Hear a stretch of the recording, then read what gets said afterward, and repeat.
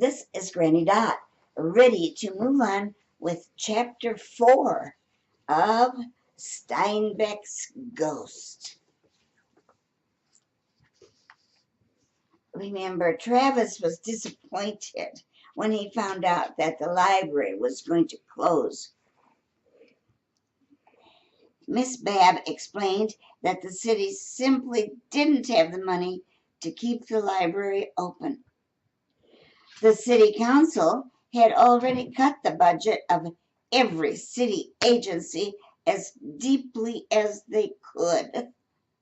The library, they deemed, was disposable. There had been a special election last spring. Didn't he remember? For a measure that would raise a special tax, one that would replace the slashed funds, the police and fire and roads, and keep the library open. But the voters said no. Travis did remember the election. They discussed it in class. But the election campaign took place while Travis and his parents were getting ready to move. They'd been busy. Travis and Miss Babb were standing in the kids section, stone still and face to face, while the world went on around them. "You can help, Mr. Williams," Miss Babb kept saying. "But I'm just a kid." "We need everyone, Travis. Anyone who cares about the library." She called him by his first name. He didn't even know she knew his first name. "But but nothing. Buts are for sitting on. Here." She pulled an orange flyer from a hidden pocket in her skirt. On Thursday, there would be a meeting of the Save Our Library Committee. Travis folded the note and put it in his back pocket. "I'll think about it." "No, don't think," she said. "It's too late for thinking."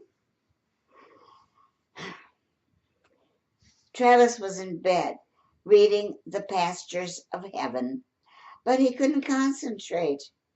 The TV in his parents' room across across the hall chattered and hummed just loud enough to bother him.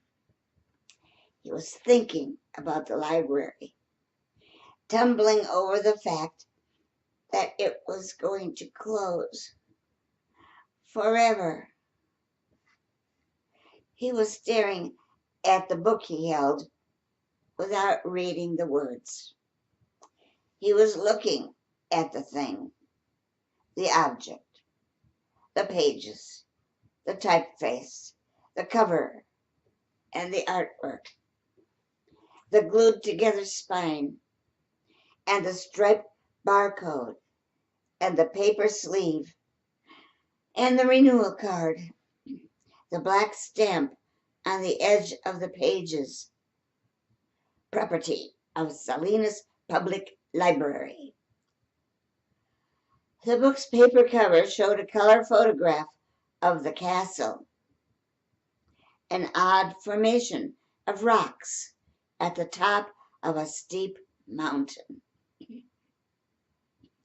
It was a honeycomb of caves and pillars carved in pale yellow rock.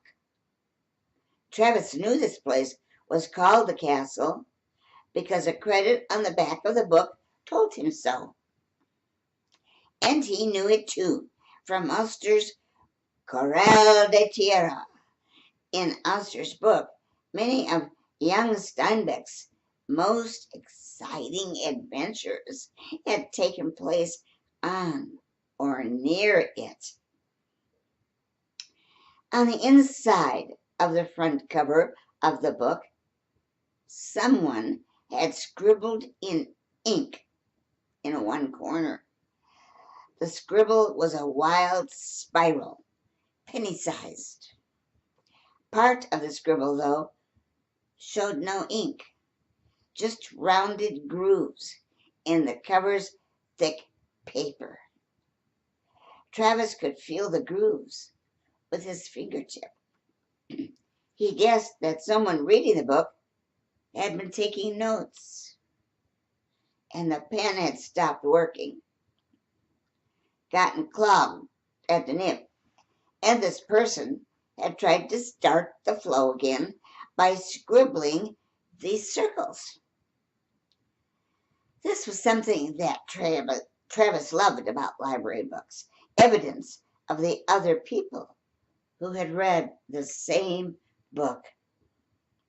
Dog-eared pages, old bookmarks, slips of torn paper, a stripe of colored marker on a page, coffee and food stains, every once in a while, a booger. Sometimes people wrote notes in the margins, usually in pencil. One of his favorites he found in a bad science fiction novel. Oh, please. Travis couldn't have agreed more. Oh, please. That part of the book was really boring. Reading a library book wasn't something you did on your own. It was something you shared with everyone who had ever read that book. You read the book in private, yes, but other hands had been on it, had softened its pages, and loosened its spine. With hardcovers, the clear, shiny Brodart plastic cover put on to protect the dust jacket quickly got scuffed and crinkly. And sometimes you would find a thumbprint pressed into the plastic. The book, when you were done with it, went back to the library, and from there to other hands. When you read a library book, you were connected to all these strangers. And now the library was going to close. Totally not fair. He just found it again, found some way into his old life, a way into the person he was before Bella Linda Terrace. He'd gone to the library looking for a book, but he found so much more, and they were going to close it. Completely, totally not fair. He could stay in his room and sulk. That was easy. Maybe Miss Bab was right, though. Maybe he could help save the library. No, not maybe. He had to. The Paraiso conference room in the library basement was jammed with the oddest assortment of people. There were quite a few grandparents, older people with gray and silver hair, and some moms, or they seemed like moms, and a couple sets of parents, and one very serious-looking man in an important-looking suit. Travis counted 18 people altogether. Only 2 of the seats at the long table were empty. He was glad he'd come, but he was a little embarrassed. He was the only kid. "Thank you all for coming," Miss Bab said. "But before we get started, I want to make sure you all have something to drink and some cookies. Rule number 1 for saving the world. always have cookies. Travis sat directly across from Miss Bab. He looked down at the mountain of Oreos in front of him. We're still shy a couple of folks, but oh, here they are, Constancia, Hilario. Come on in, get some cookies. Travis turned to find Hill and his mother both a little out of breath. He smiled at Hill, but tried to turn away, as if acknowledging Hill would make everyone else in the room aware that he was just a kid. Hill, however, would not put up with being ignored. "Big T," he said, "my man, give me some." And he put out his hand for a Camazotz handshake. They'd invented the handshake that day on Hill's porch when they invented the Camazotz video game. It was a slow motion, dead-faced, super serious handshake that went on forever. Travis hoped no one was watching.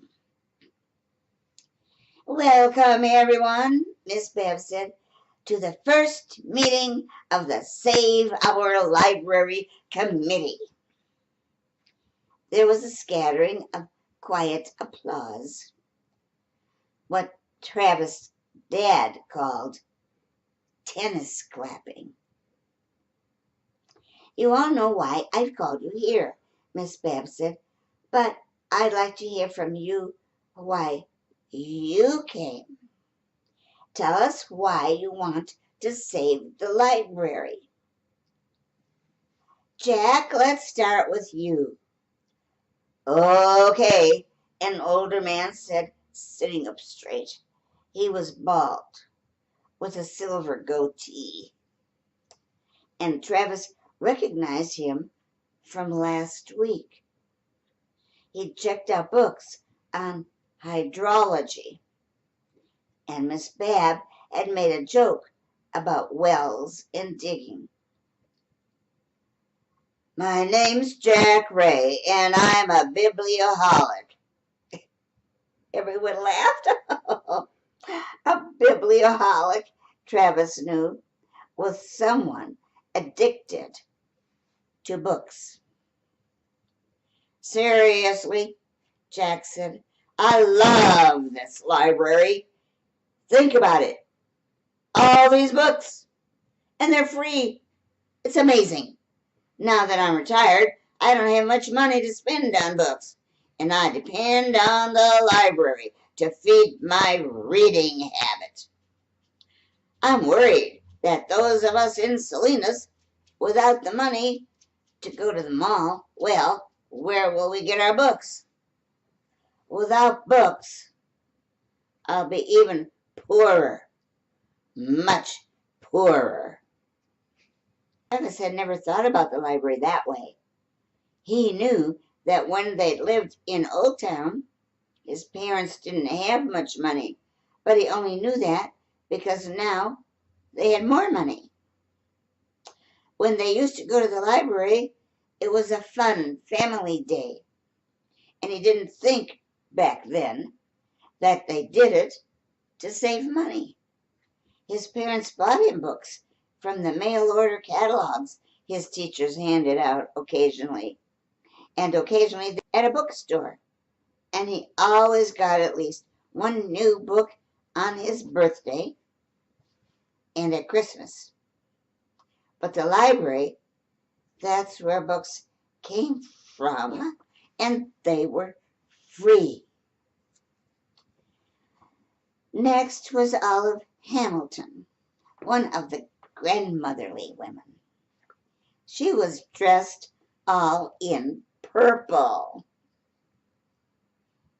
"I agree with everything Jack said." Olive's eyes were pale gray but sparkly. "So let me add this. The internet. Don't have a computer. ain't gonna get one. They're just too darn ugly. But I do need one now and then to send emails to old friends and all that, especially for my family tree, learning about my ancestors. Do you have any idea how many people use the internet for genealogical research? Without the library, I wouldn't have a place to surf. Miss Babb went around the room. Everyone had something unique and important to say about the library. People loved the morning story hours for their younger children. So many children had learned to read here. Magazines and newspapers from all over helped people learn about events in the world that TV didn't show them.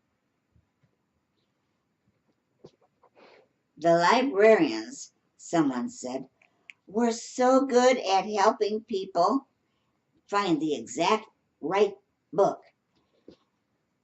Otherwise, it would take forever to go through the entire collection. The library hosted book clubs, cultural celebrations. Travis loved the Day of the Dead festivities in the fall and the Chinese New Year celebrations in February, and readings by authors, both published and unpublished. Sometimes readings by local school kids. When the man in the fancy suit spoke, he talked about the library as a quiet place, a bit of relief from the bustle of everyday life. Not simply, he said, because Miss Babb was always shushing him. Miss Babb blushed now, but because it wasn't about buying things.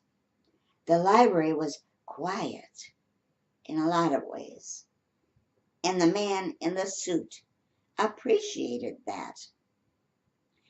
Miss Babb took notes the whole time. Then it was Travis's turn. He thought everything that could be said about the library had been said. He took a sip of fizzy water. I like the way the books feel, he said. He told the committee what he'd thought about while reading. The pastures of heaven, how a library book connected you to strangers, not just the writer, but to all those people who had read the book before you. He hadn't thought ahead. The words came to him when he spoke. He also wanted to tell them about how coming to the library last week had been so important to him, how it made him feel at home again. But he stopped himself. This meeting was about the library, not about Travis. And those thoughts were personal anyway. He wanted to stay focused on what was best for the library.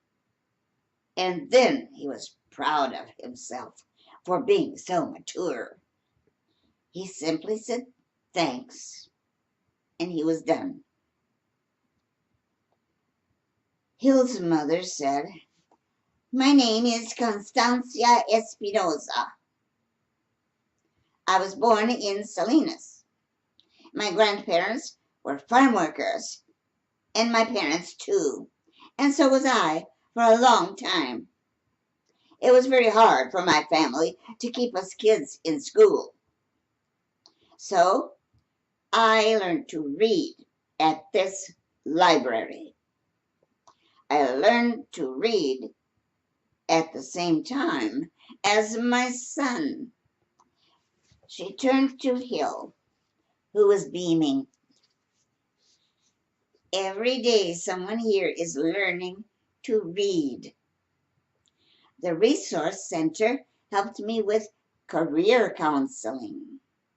And because of that, I got a better job. And because of that, we now own our own home. There are so many of us in this valley. Mostly we speak Spanish, but some who spoke English first, too, who want to learn how to read, to make better lives for our families. That's why we have to save the library. Gracias. There were a few tears in the corners of her eyes when she finished.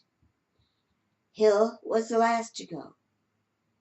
He talked about his mom a little bit, telling everyone that learning to read at the same time as his mom wasn't only about a better job. It was a lot of fun, too.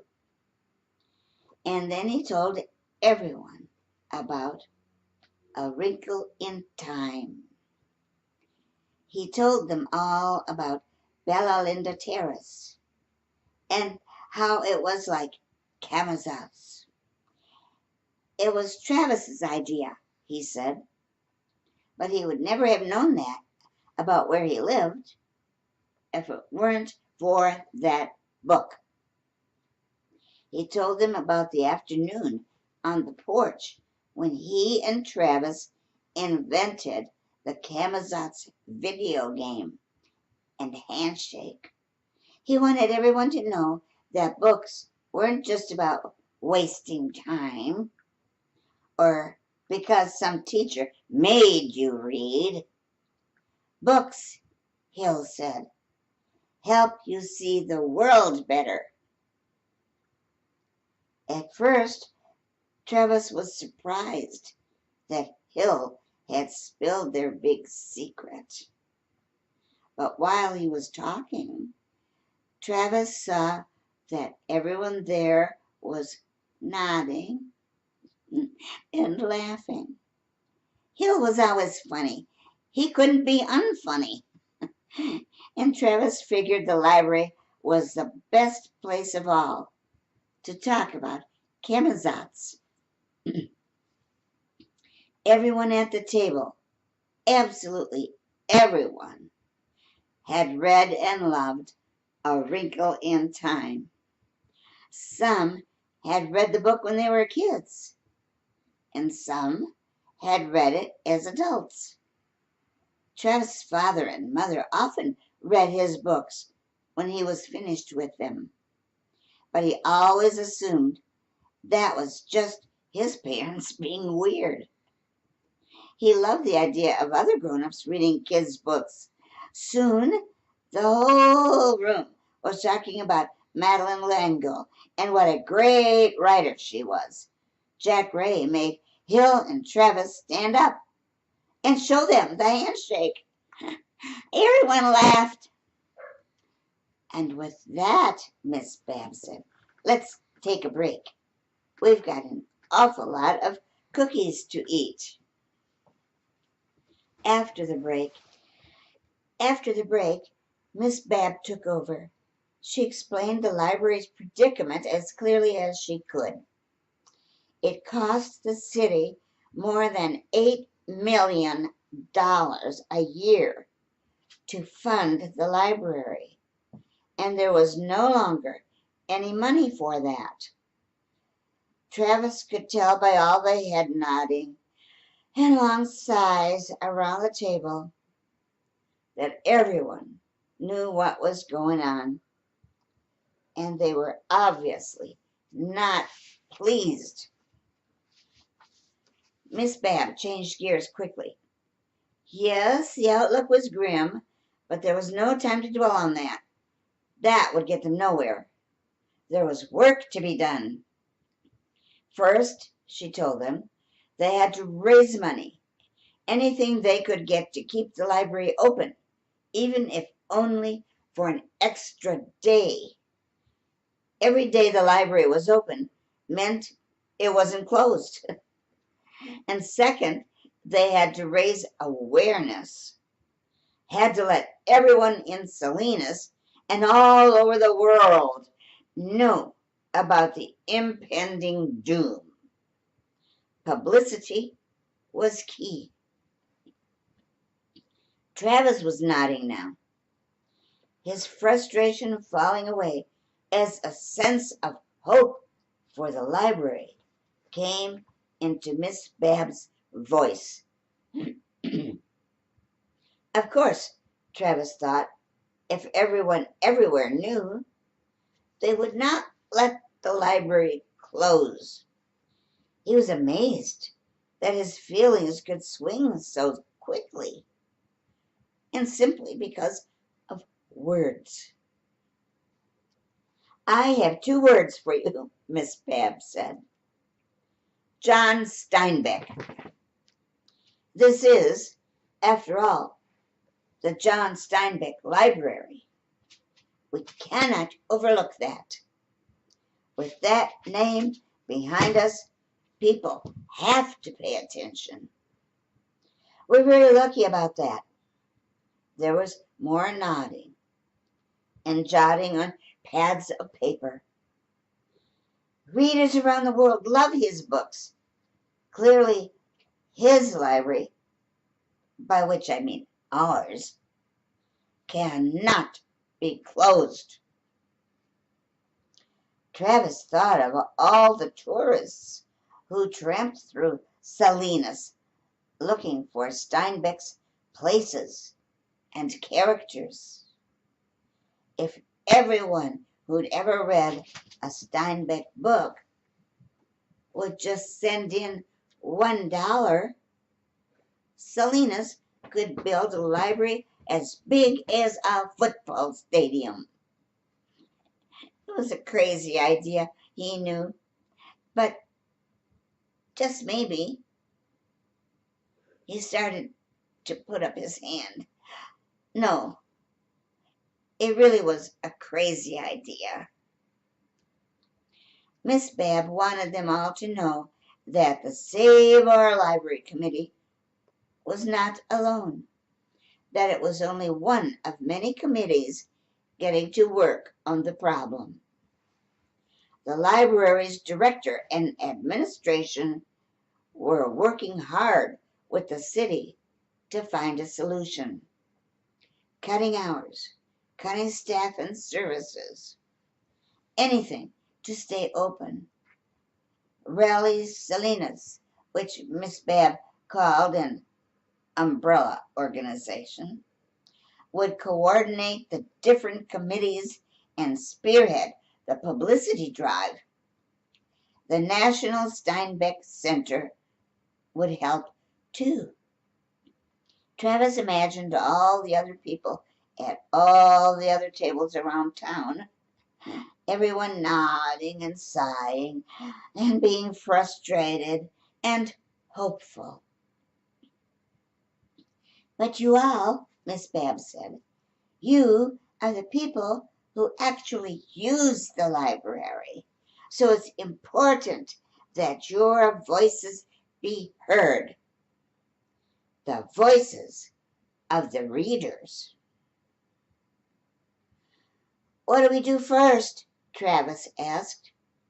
He hadn't really meant to say anything, but now seemed a good time, and he felt that if he didn't say something, his head was going to explode. You always ask the right question, Mr. Williams. I count on you for that. Miss Babb smiled at him. She handed out flyers with all the news on them, along with the phone numbers and email addresses of the mayor and the city council. Committee members should pass out flyers to anyone who would take them and urge people to contact the city government. This was the first wave of publicity, but it was only the beginning. What about money? Couldn't they raise money? A bake sale, a book sale, a garage sale. questions were flying. Absolutely, Miss Babs said. Who's going to volunteer? Hill's hand shot up. Me and T, he said. We can do car wash. $3 a pop. Travis did the math, or close enough. But, he said, we'd have to wash 3 million cars. Fine, $5, Hill said. And that's not the point. No way can we raise that much money. But we go out on the corner, and some people stop and get their cars washed. That can't hurt. And everybody sees us. And our ginormous Save Our Library banner. Okay, Travis said. I'm in. And by the way, Hill said, the banner should have a giant sun on it, don't you think? The flyers should too. Miss Bab looked at Hill, her head tilted. Well, Hill said, it's S-O-L, isn't it? Save Our Library? He looked around, but no one answered. S-O-L, sol. It's Spanish for sun. Oh, that's perfect, Hilario, Miss Bab said. Can anyone draw a sun? To Travis' surprise, the man in the important-looking suit raised his hand. Now, what's next? Miss Bab said. By the end of the meeting, 5 different projects were planned and the responsibilities divvied up, and the next meeting of the committee was scheduled. The city council would meet in a few weeks to make its final decision, and the committee had to be ready. We're done saving the world for today, Miss Bab said. See you next week. Are there any cookies left? Not one crumb. On the way out, Travis picked up a copy of The Long Valley from the long shelves of Steinbeck's work near the main checkout counter. The book was displayed on top, face out, on a one-book wire stand. He wasn't finished with the books he checked out last week, but there was something about the library that always made him want more books. Sometimes, when he was with his parents before the move, he'd take more books than he could possibly read in the 3 weeks he was allowed to have them. And today, the urge to take another book was even stronger, as if he just had to stock up before the library closed. Besides, he was already done with The Pastures of Heaven, and halfway through a second time, and something about that book was calling him to read more Steinbeck. In The Pastures of Heaven, nothing and no one were quite what they seemed. The man who told everyone he was rich had very little money. The deformed Tularecito was thought by most people to be a freak. But he turned out to be an amazingly talented artist. And the place itself, the Corral de Tierra, was imagined as a paradise. Yet it was dangerous and mysterious. Maybe Steinbeck had more to tell him about those things that weren't what they seemed. Maybe Travis could learn something from Steinbeck about his own world. Couldn't hurt to take one more book. Outside, the evening was beautiful, deep purple and hushed. The heat had dropped again, and there was a hint of real autumn around the edges of Indian summer. Travis could smell the new season in the air, baked soil and dead leaves waiting for the first rains. There was no wind, only a gentle breeze. Hill's mom and Miss Bab were talking and laughing together. Miss Bab tapped Travis on the shoulder as he went by and smiled her thank you smile. Hill was waiting for him. Dude, Hill, Travis said. Great idea about the car wash and the sun, too.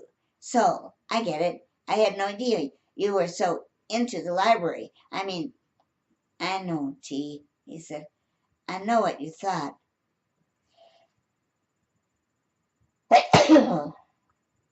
Excuse me.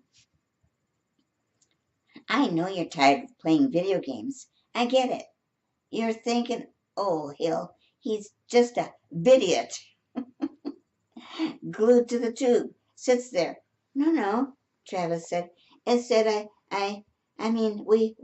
until Camazot's Day. I know. It's cool, T. I didn't know either, but it doesn't matter. We're here now. Yeah. Travis put out a robotic hand, and they executed a lengthy Camazot's handshake. Travis, would you like a ride home? Hill's mom asked. He was dying to go by the Steinbeck house again, but wasn't quite ready to tell Hill about it. He didn't want to tell him what he'd seen there. It was probably just some teenager sneaking around. But why would a sneaky teenager break into a house to sit in the window? No, it was more than that. He just wasn't sure what. He wanted to check into it. He begged off, told Hill and his mom he had an errand to run. What it might be, he'd never be able to say. He made plans with Hill to meet the next day and work out the car wash details, then fetched his bike. Deep into the alley, Travis spotted a small fire under a willow tree. Chitano was sitting before the fire, and perched on the fire was an open tin can. Chitano stirred it slowly with a stick. The scent of pork and beans rose up to Travis. Travis wasn't sure if he was happy to see Chitano. He kept wanting to see him, wanted to ask him questions. He couldn't shake the idea that Gitano and the boy in the window, all of it, everything that had started with his return to the library, were all connected somehow. But what would you say to this tired old man? Hello, can you tell me about Camazotz? Gitano looked at him and smiled, then gulped down a heap of beans from a wooden spoon.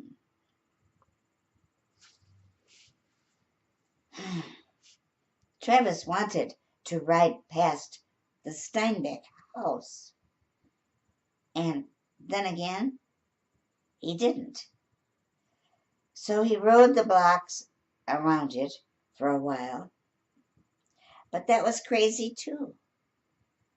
The boy in the window was just a boy in the window. As Gitano was just an old man, down on his luck and eating beans in an alley. What else could it be? If the boy wasn't in the window, that would be fine with Travis. He'd have his answer. And that answer was that the world was still the same old world. Travis stopped in front of the house. The light was on in the attic window. The boy was at the desk, his head down, not looking up. He was concentrating. Night was coming on. It was much darker than the last time Travis was here. Man, he was going to be so late. And because of that, because the night outside was darker, the lights inside brighter, and the contrast between the two sharper, he could see the attic in more detail. It was clear that the boy was writing something. Every once in a while, he'd bring the pen to his face, tapping the end of it against his cheek. He was thinking. Then the pen would disappear, return to the paper. The boy's head was moving back and forth now, slowly, following the trail of words he'd left on the page. Occasionally, he'd look up at the ceiling. Occasionally, he'd look out the window. Travis waved once when he did this, but the boy didn't respond. Then, as the image of the boy came into sharper focus, Travis saw quite clearly that this boy had large ears, ears that stuck way up, just like Steinbeck. Travis actually felt a chill down his spine, and then he said out loud the words he'd been dying to say. It is Steinbeck's ghost. The words rang in the air, and the world stayed pretty much the same. The words sounded true, and there was no denying them. Travis did a little dance on the sidewalk, a sort of goofy, hilario kind of dance, to see if that would rouse the figure in the window. But no, the boy kept writing. Travis was sure of this. The boy in the window was writing something. A police car came around the corner a block away, and Travis jumped on his bike and headed off. He wasn't doing anything wrong, he knew that, but it was a good excuse to get away, to get on home. Well, that's it for now. See you again next time.